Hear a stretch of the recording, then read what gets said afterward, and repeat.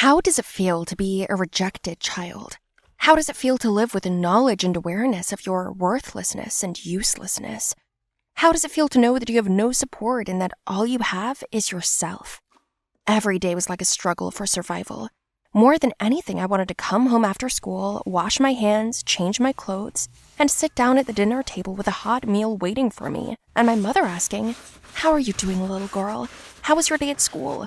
But instead, I was getting the opposite, the exact opposite. My name is Emma. Who among you is a rejected child like me? Post any smiley faces in the comments, or if you like, you can share your story with me. Do you know what psychologists say about this? That our parents lived with toxic ancestors, so they became toxic themselves. Meet my family. While they're having a nice dinner without me noticing, I'll show you guys them. That's Dad there at the table. He's stubbornly reading the newspaper. He does it every day. He's holding a newspaper or a tablet and diligently pretends to read the news, though in fact, he's texting with his mistress's secretaries. Under the newspaper, he usually hides his phone. That's my mom. Oh, she's wiping Ralph's mouth again. My dumbass brother. He's 8 years old now, and she treats him like he's 8 months old. The only thing he's added over the years is that he's learned to eat more than his body can handle. This company is so different. Everyone always has something on their minds, but the only thing they're unrealistically similar in is me, or rather their attitude towards me. Whenever I came to this house for help, I was refused. All my questions were answered negatively. I was only needed for work or going to the store. I was told what to do and what not to do, but never asked what I wanted. I understood that my parents didn't need me. They only needed Ralph, so I treated life the same way, pretending I didn't need it. That's why I didn't have any friends. Every day I went to school where I didn't talk to anyone, and from there I went home quickly, where I didn't talk to anyone either. One day on the way home, I was accosted by 2 men and a woman. They asked the time, but I didn't answer. So the woman caught up with me, covered me with her hand, and pulled me toward their car. At first, I reflexively screamed and tried to get away, but then I just put up with it. They took me somewhere outside the city, pulled me out of the car, put me in a chair, tied my hands, and said, "Dictate your parents' phone number. We'll ask for your ransom." Instead of crying and getting hysterical, I looked them in the eye and then started laughing. I could not stop laughing and laughing. "What's the matter? Did I say something wrong?" "No, dear, everything seems to be true, but why is she laughing?" "I don't understand it either." They were talking over each other, and I laughed even more at the expressions on their faces. Finally, when I got 2 stern reprimands, I came to my senses. Then I told them my parents wouldn't give them a cent if they knew I was the hostage. They didn't believe me. They thought it was my way of protecting money. Then I offered to check. "Do you want to wait? Or I can call them myself." So we waited. Several hours passed, the time was nearing midnight, and still, no one called me. The kidnappers were perplexed. "Well, how can you not call your daughter? This is midnight. Don't you wonder where she is? What if something happened to her?" the woman asked. I looked at her and said, "And you must have a child." The man answered instead, "Of course we do. We have a daughter. She's young, and we work hard for her." "By stealing other children?" I asked, to which they replied, "Yes, it's just we need a lot of money and we don't have time," she said. I kicked the bag and asked them to call my mom from my number themselves. Mom picked up the phone sleepy and immediately started yelling that why the hell had I woken her up in the first place. I said that I was stolen, and she told me in response, "You're stolen? Well, they'll return you because you're of no use, and we don't have any money anyway." My mother hung up on me, and I felt bad for the robbers.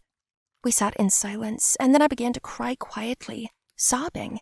The woman couldn't stand it, started hugging me and calming me down, and then she asked her husband to get some tissues and a glass of water. "They don't need me. Why did they give birth to me in the first place? Why have a baby if you don't want it? Why do I need life if it's so useless?" I screamed hysterically. The robbers had no time to wipe away the tears on my face. Then the man cut the rope so I could blow my nose. The woman hugged me hard, then put me on their couch and told her husband to make us something to eat. When he left for the kitchen, I calmed down a little. "Wow, clever of you to ask your husband to make dinner. Is there such a thing? My father never even poured himself a single cup of tea in his entire life, let alone for us," I said, cooling down a bit. The woman hugged me and said that it all depends on the woman and her status. And then she said that apparently my parents had had a very hard life that they were treating me this way. It's not that. They just don't like me, I said. After about 30 minutes, the man came in and set the table. He quickly had made some delicious pasta. I had a nice dinner, and then they put me down on the couch in their living room. The mugger wiped away my tears, then covered me with a blanket.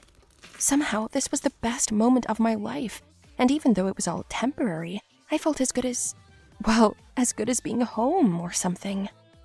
I fell into a sound sleep. I don't know how much time passed.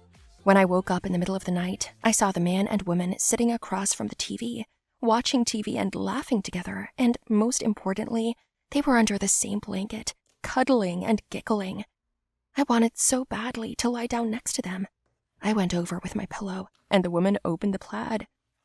"Come on, dive in. Here, you want some popcorn?" her husband asked me, and we sat like that for a couple of hours, and then it was morning. My phone was still silent. Then my uncle called my mother from his and told her again that they were her daughter's kidnappers. But my mom said, "Did you see the time? You woke up my baby, you knucklehead," and hung up on me. My aunt got all red with anger. I could see it wasn't about the money anymore. It was something else. They were angry. They put me in their car, fed me breakfast on the way, and I showed them the way to my house. Since it was weekend, everyone was home. Dad was fixing the car outside, Rolf was running around with a ball, and Mom was rustling around in the kitchen. "Hi, Dad," I said to him, and he didn't even look up, said, "Hi," and that was it. Rolf kicked the ball and hit me right in the forehead and broke my nose. It bled. My aunt gave him a smack, and she put a handkerchief on me. My mother saw this. She ran out with a wooden spoon in her hand and started yelling what the hell they were doing to her son. "Son, what about your daughter? What about my daughter? It's her fault she got in his way. So the fact that she wasn't home for 24 hours didn't bother you? I told you to bring her back. I won't even go to the police because of someone like her. Ralph, let's go inside, honey. Mommy made pancakes for you." My aunt grabbed her hand, looked her in the eye, and said, "She's your baby too." My mom yanked her hand away and said, "That's right, she's mine, but I don't want her, and you, get out of here." My aunt took the spoon out of her hands and threw it to the side. It hit my father right on his head. Rolf got scared and started crying, and Mama tried to calm him down. Then she ran at the kidnappers, screaming at them to get lost. Then my aunt came up close to her, like a UFC fighter at a weigh-in, pressed her forehead to her frightened face, and said, "You have no idea what it means to be a real mom and love a child. I would give anything for the life of my seriously ill daughter. My husband and I look for money every day to save her, while people like you throw away your own child's life. You don't deserve her," she shouted, and took me by the hand and dragged me to their car. I got in the back, and we drove away from there, straight to the hospital. That's where I was introduced to their daughter. She has terminal cancer. The girl was happy for me. While her parents went away, she asked me to look after them and told me that if I wanted, I could be their daughter, and that I would be happy with them. Kitty was right. It's been 3 years since she died. I am living with my new family. Despite the circumstances, we're still happy. These people became my parents, and I became their daughter, and I felt needed. That's a strange thing about life. You never know how it might turn out. Hi everyone, my name is Ralph. I want to share with you the story of how I adopted my son, but it got out of my way. I tried my best to be a good father, but in the end I became his worst enemy. Look at my history and write your opinion in the comments, what you think about this. In general, it was like this. I was 20 years old when I met and fell in love with the girl of my dreams. Her name was Sarah. She was so amazing that my head immediately blew off. I was sure that she was my destiny, so I did not hesitate, and after a couple of months I made an offer. Everything was fine with her until it came to the kids. We couldn't have a baby, and it was a nightmare. Sarah was obsessed with pregnancy and did everything she could to make it work. Sometimes I felt like she was challenging herself and couldn't carry out the plan, which made her feel bad. In the end, when we were running around the hospitals, when the strength and money were already running out, she offered me to take a foster child. To be honest, I didn't like this idea right away, because I believed that we still have time. After all, it's only been a year. I was sure that I just need to try again, maybe stupidly change the situation, and that's it. But Sarah did not listen to me. She ran around all these orphanages and looked for a child for us. She didn't even really consult me, and we had a lot of fights about it. In the end, she chose a boy in one of the boarding schools. You know, his name is Sam, and he was already 14 years old. Yes, this was far from a baby. Moreover, he already had a well-established mindset. He was not stupid, far from stupid, but so sharpened by the fact that he lives only one day. Sam was wild, like everyone else from boarding school, I think. In short, our first meeting with him took place, in fact, already at our home. I didn't go to pick him up from the orphanage. I decided to go to work instead. Sarah was beaming with happiness, but she knew I didn't support the idea. I held out my hand to Sam, and he looked at it like I was showing him my fist, very aggressively, so I took my hand away and went to my bedroom. In the evening we were going to dinner, and I sat down in my usual seat, but Sarah asked me to move. You see, Sam liked my place. I was indignant. They say I had been sitting there for a year, but Sarah asked me to give up the child. Okay, I agreed. After a while, it turned out that he liked my mug, my plate, my razor, my towel, and robe. I became really angry. What else could he like next? Maybe I belong in this house. I was angry with myself, but I didn't say anything yet. So we lived like this for about a week. It seemed endless, and I wanted it to be over and Sam to go back to his room. But I knew it would be cruel of me to take him there by the hand. And Sarah, she devoted all her time to him.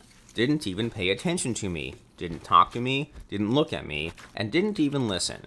She was fully occupied only, as she said, with our son. But what can I do? I didn't feel that it was ours. He was a strange adult guy to me. What kind of son can he be to me? One day, Sarah ran off on business and left us alone. We sat down to breakfast. As soon as she left, I immediately took out my phone and began to stare at it and eat more.